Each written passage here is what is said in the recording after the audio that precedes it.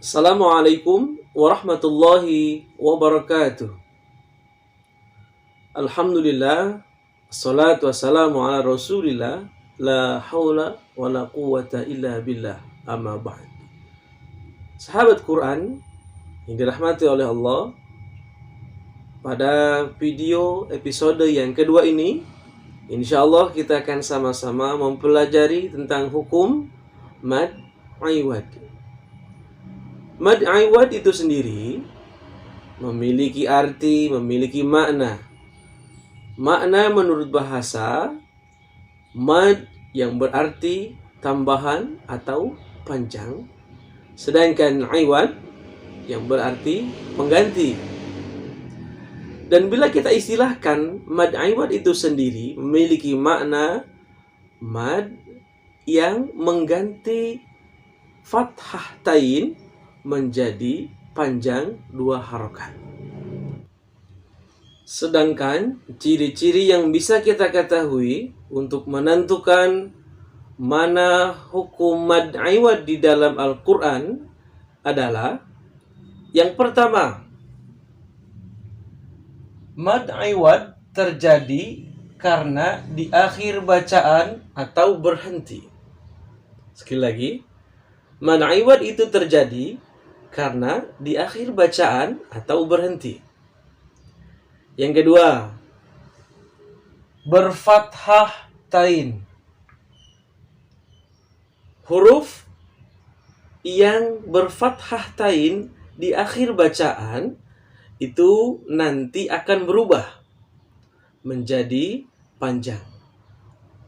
Dan yang ketiga, ciri-ciri yang bisa kita lihat diikuti huruf alif atau ya di belakangnya setelah fathah tain.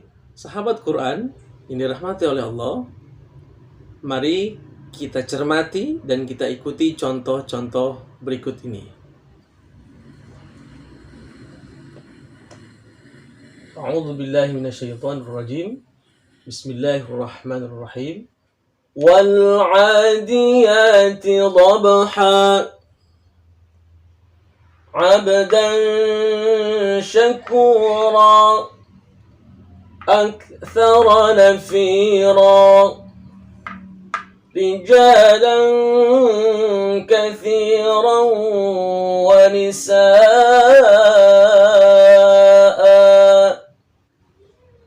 ذلك الكتاب لا ريب فيه هدى للمتقين ذلك الكتاب لا ريب فيه هدى للمتقين. Dari bacaan yang saya sampaikan tadi, bisa kita perhatikan pada akhir-akhir bacaan atau tempat-tempat ketika saya menghentikan bacaan. Contoh yang pertama, wal 'adiyati dhabha. Ciri mad iwad yang bisa kita lihat dalam kalimat ini, wal 'adiyati dhabha. Pertama, mad iwad terjadi karena berhenti atau menghentikan bacaan. Tadi kita sudah lakukan. Kita berhenti di wal 'adiyati dhabha. Kita berhenti di dhabha. Ya, kemudian yang kedua, terdapat fathah tain. Sudah dua ciri yang bisa kita dapatkan. Dan yang ketiga, setelah huruf yang berfathah tain, ha di sini ada huruf alif. Maka sudah bisa dipastikan ini dhabha pada huruf ha-nya adalah mad iwad.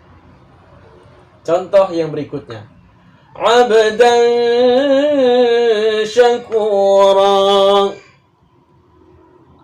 Di kalimat syakura ada huruf ra yang berfathah tain. Tadi kita sudah berhenti di syakura. Kemudian setelah fathah tain ada alif. Maka kembali mad iwad. Begitupun aktsara nafira. Ada huruf ra yang berfathatain diikuti dengan alif. Kemudian kita lihat dan kita cermati di ayat atau kalimat berikutnya. Rijalan katsiran wa nisaa.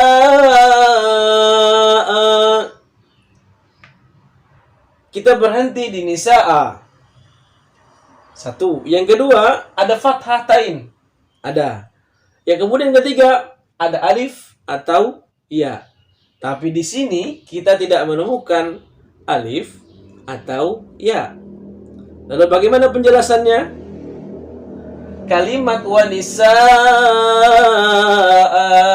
kenapa a-nya masih dibaca dengan mad iwad? Sebetulnya mad iwad itu sendiri memiliki kaidah bukan pada hurufnya, melainkan pada sakalnya, yaitu fathah tain. Sedangkan alif, sedangkan ya ini adalah tambahan untuk mempermudah menemukannya. Dan perlu diketahui pula bahwa sebetulnya hamzah ini atau hamzah ini memiliki alif tapi tidak ditulis, terkait tentang kaidah penulisan Arab. Contoh yang berikutnya. Dzalikal kitabu la raiba fihi hudan lil muttaqin. Kalau kita lihat dari contoh-contoh di atas tadi, berhenti di ujung ayat. Bolehkah kita berhenti di tengah terkait tentang mad iwad? Tentunya boleh. Ketika kita berhenti di tulisan atau di ayat-ayat yang memiliki fathah tain, kemudian diakhiri alif atau ya, maka itu pun bisa dikatakan mad iwad. Sesuai dengan ciri yang pertama, bahwa mad iwad memiliki ciri pertama berhenti atau menghentikan bacaan, yang kedua ada fathah tain, dan yang ketiga ada alif atau huruf ya. Sebagai catatan, mad iwad tidak hanya kita kenali dalam Al-Quran, tidak hanya kita bisa mencirikan atau menentukan hukumnya, tapi lebih dari itu adalah bagaimana kita mempraktekkan mad iwad dengan baik dan benar. Sebagai contoh, aktsara nafira. Kita lihat ada hal-hal yang mungkin kita jarang ketahui atau bahkan mungkin tidak sengaja kita membacanya. Namun, ketika kita melakukan hal-hal tersebut bisa merusak hukum tajwid tersebut. Yang pertama, tidak boleh dibaca lebih dari 2 harokat. Yang kedua, jangan berhenti seolah ada hamzah sukun di belakang. Seperti apa contohnya? Tidak boleh dibaca lebih dari 2 harokat. Aktsara nafira.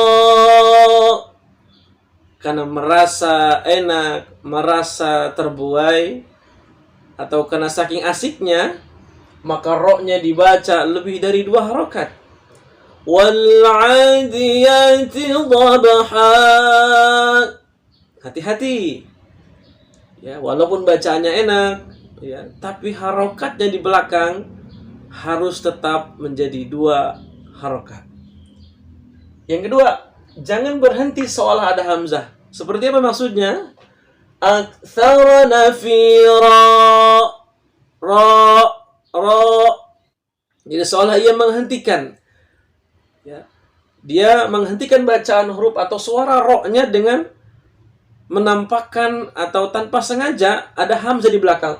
Ro dihentak, atau cara menghentikannya, ngeremnya ya dengan suara hamzah. Lalu bagaimana yang baiknya? Aktsara nafira. Ya, bawakan atau lantunkan, ucapkan dengan santai dan tidak perlu dihentak, ditekan di belakang. Aktsara nafira. Tidak kepanjangan dan tidak hamzah di belakang. Contoh berikutnya, rijalan katsiran wa nisaa. Cukup 2 harokat. Jangan lama-lama, jangan dipanjangkan lebih dari 2 harokat. Dan perlu diketahui bahwa huruf-huruf yang di belakang ini dengan catatan tadi, pertama dikatakan mad iwad, berhenti atau mengakhiri bacaan. Yang kedua, memiliki fathah tain. Yang ketiga, ada alif atau ya. Teori kita kuasai, kita bisa mengenal mad iwad, tapi lebih dari itu adalah bagaimana mempraktekkan mad iwad dengan baik dan benar.